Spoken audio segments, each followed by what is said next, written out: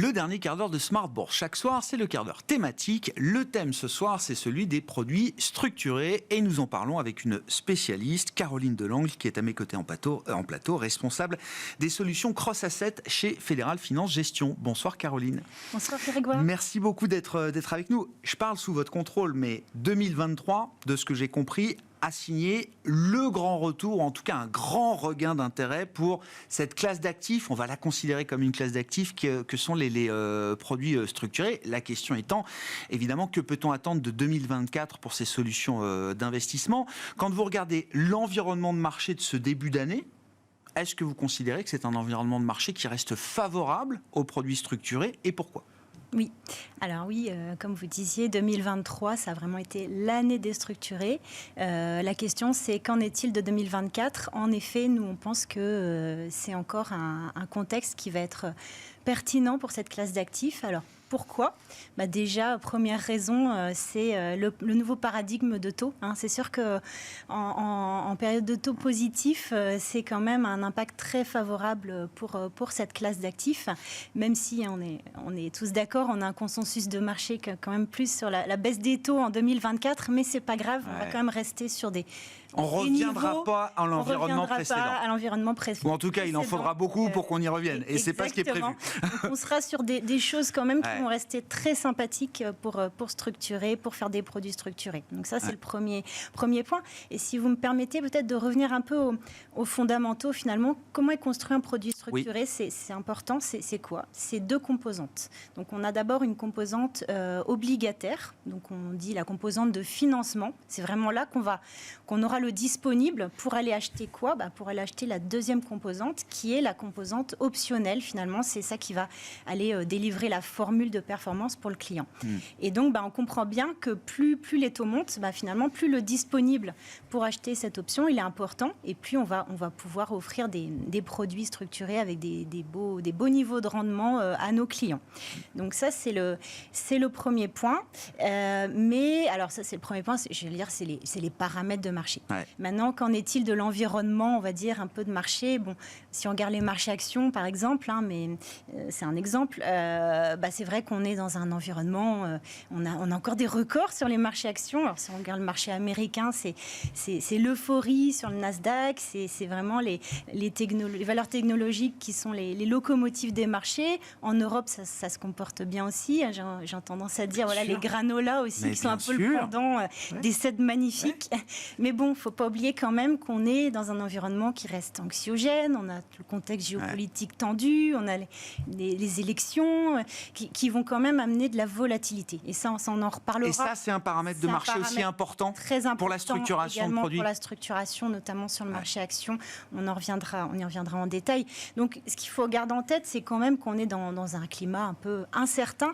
Et c'est pour ça que les produits structurés, ça peut répondre favorablement à cet environnement-là. Pourquoi ? Il faut rappeler la philosophie, je pense. Pour moi, il y a un point, je dis on parle de produits à formule, de produits à capital garanti ou à capital protégé, sachant qu'on peut garantir à minima une partie du capital. Peut-être qu'il y a des produits qui permettent de garantir un peu plus qu'une partie du capital aussi, en tout cas la quasi-totalité. Mais c'est cette idée-là, on protège une partie du capital et on vous expose à la performance de l'actif sous-jacent dans la meilleure mesure possible. Exactement. On parle d'ailleurs de convexité, c'est-à-dire qu'on va essayer de limiter le risque de perte. Limiter le risque, de le calibrer en tout cas, et de s'exposer finalement à l'indice sous-jacent.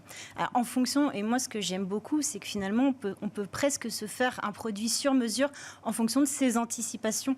Parce que si on croit dans le marché action, on est bullish, on va aller faire un produit d'indexation. Si par contre on se dit, on va quand même être un peu plus attentiste et on va avoir un rendement récurrent, même si le marché est un petit peu baissier ou stable, on va pouvoir faire ça aussi. Et même, on peut même construire des produits aujourd'hui qui jouent la baisse des taux, par exemple. Faire un autocall sur les taux qui joue la baisse des taux, c'est tout à fait possible. Donc, c'est vraiment cette convexité, ce sur-mesure, un peu le côté tout-terrain du produit structuré qui est très intéressant aujourd'hui.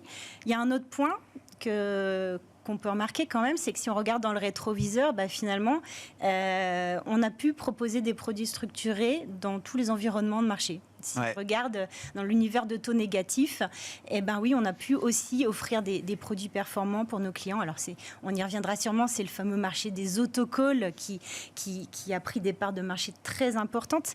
Et alors, comme vous le disiez... Donc les autocalls, ici, disons un mot maintenant, Caroline. Oui. Les autocalls, c'est des produits qui peuvent être...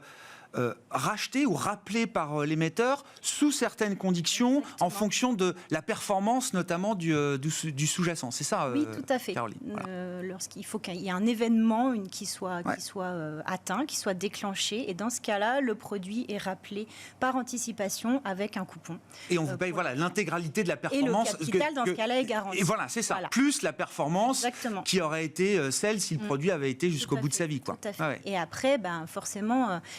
soit aujourd'hui on est dans un contexte de taux négatif, donc on peut proposer en positif aujourd'hui, positif, oui, bien sûr. Du capital garanti. Et dans l'environnement qu'on a connu, on devait mettre un peu de capital à risque pour avoir des produits intéressants, de rémunération intéressantes. Mais pour autant, ça restait aussi assez défensif, quoi. Où va la demande aujourd'hui ? Effectivement, vous dites l'avantage de cette classe d'actifs, c'est qu'on peut faire du sur-mesure en fonction de chaque profil. Mais quand vous regardez les flux, la collecte sur ces produits-là, est-ce qu'il y a la volonté effectivement de chercher des produits plus offensifs aujourd'hui ? Est-ce qu'on est encore sur quelque chose de très défensif ? Oui, alors peut-être je commencerai par un chiffre pour illustrer un petit peu l'état du marché. Bon, en 2023, on l'a dit, année déstructurée. En offre publique, en France, le marché déstructuré, c'est 37 milliards d'euros. Donc, c'est des parts de marché qui ont été en augmentation de 17% par rapport à 2022. Donc, c'est important. Hein. Bon, là, depuis début d'année 2024, nous, on est persuadés que cette dynamique va continuer. Donc, on a peu de recul sur les chiffres, mais on a quand même quelques éléments. On serait entre 7-8 milliards d'euros depuis le début de l'année, là, sur plus de 400 produits. Donc, quand même, c'est une dynamique qui est intéressante. Alors, où va la demande, pour répondre à votre question ? On a encore beaucoup de demandes sur du capital garanti. Parce que on peut le faire, taux positif. Alors on voit des choses très simples. C'est aussi le message, c'est qu'on a un retour à la simplification. Parce que dans un environnement comme ça, on n'a plus besoin forcément d'aller développer de l'ingénierie sophistiquée pour dégager du rendement. Donc de simples émissions vanille avec une clause de callabilité, par exemple, à capital garanti, ça fonctionne très, très bien. Des produits plus lisibles. C'est des produits, on en a déjà parlé, mais qui ont pâti à un moment d'une image un peu négative, côté black box, boîte noire, etc., dans des environnements et des configurations de marché différentes. C'était un autre Vous dites là, on n'est plus du tout obligé d'aller structurer de cette manière-là, avec autant de complexité. Très simple, et c'est l'occasion de faire des choses qu'on n'a pas pu faire, qu'on aurait aimé faire. Par exemple, chez Fédéral Finance Gestion, on a lancé un fonds l'année dernière dans le cadre de l'épargne salariale. Donc un fonds à capital garanti. Pour l'épargne salariale. Pour l'épargne salariale. Et ça, on avait toujours voulu le faire, on n'avait pas pu. Et parce que trop compliqué, trop complexe, des produits qu'on ne pouvait pas mettre dans la main des salariés. Pas là. Parce que il y avait une éducation aussi à faire. Malgré tout, la promesse, elle est claire, elle est lisible, mais ce sont quand même des produits d'ingénierie derrière assez sophistiqués. Donc il y a aussi ce travail de pédagogie. Donc c'est des choses qu'on a pu développer. Donc ça, c'est vrai que capital garanti, simplification, c'est une attente. Enfin, c'est quelque chose qu'on voit. Un autre point, c'est tout ce qui est produits structurés de taux, ce qu'on appelle sous-jacent fixed income. C'est vrai qu'il y a des conditions aujourd'hui qui sont très intéressantes pour ces produits-là. Je pense notamment, alors là, on va jouer un scénario qui est celui de la repentification de la courbe des taux. Alors, on est aux prémices. Les taux courts vont baisser à un moment, et donc on va retrouver de la pente sur la courbe de taux. Et ça, on peut le jouer peut-être pas à échéance 1 an, 2 ans, mais sur du plus moyen terme. Et ça va être des produits qu'on va pouvoir structurer qui sont très intéressants aujourd'hui. Pourquoi ? Parce que finalement, dans les modèles de pricing des traders qui vont créer les options, la pente, elle est encore complètement inversée. Bien sûr. Donc ça veut dire quoi ? Ça veut dire qu'il y a des affaires à faire sur ce marché-là, parce que ces options-là, aujourd'hui, elles ne coûtent rien. Donc c'est des affaires qu'on peut faire sur le primaire pour structurer des nouveaux produits, mais aussi sur le secondaire, racheter pour faire des restructurations de produits qui ne délivraient plus, en les modifiant de façon intelligente. Ça crée de la valeur et ça ramène du rendement. Et c'est vrai que c'est des choses que notre clientèle institutionnelle, notamment, regarde beaucoup en ce moment. Une dernière question, Caroline, et Fédéral Finance Gestion, qui appartient au groupe Arkea IS, est très, comme beaucoup d'autres, mais très en pointe, en tout cas très sensible aux questions extra-financières. C'est un push de marché général, mais chez vous notamment.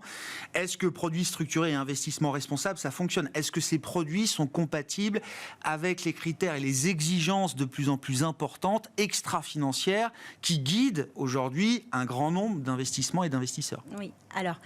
Intuitivement, c'était pas évident de combiner produits structurés, parce que qui dit produits structurés, on le dit sophistication, dit recours aux produits dérivés, optionnels, produits complexes.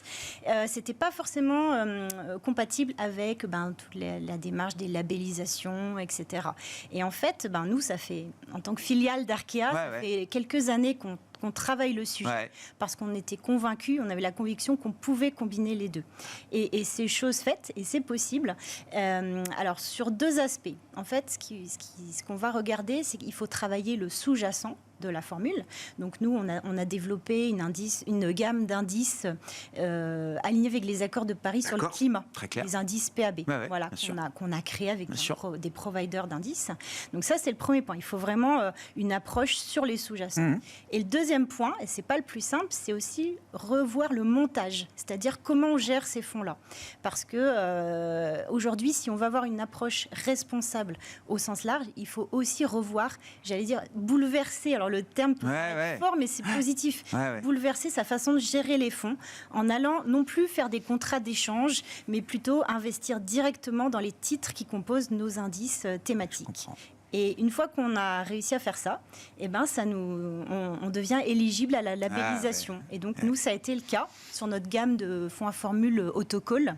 On a eu un label, on est la première gamme en France à avoir eu un label sur ce type de produit. Donc, un label quoi, ISR?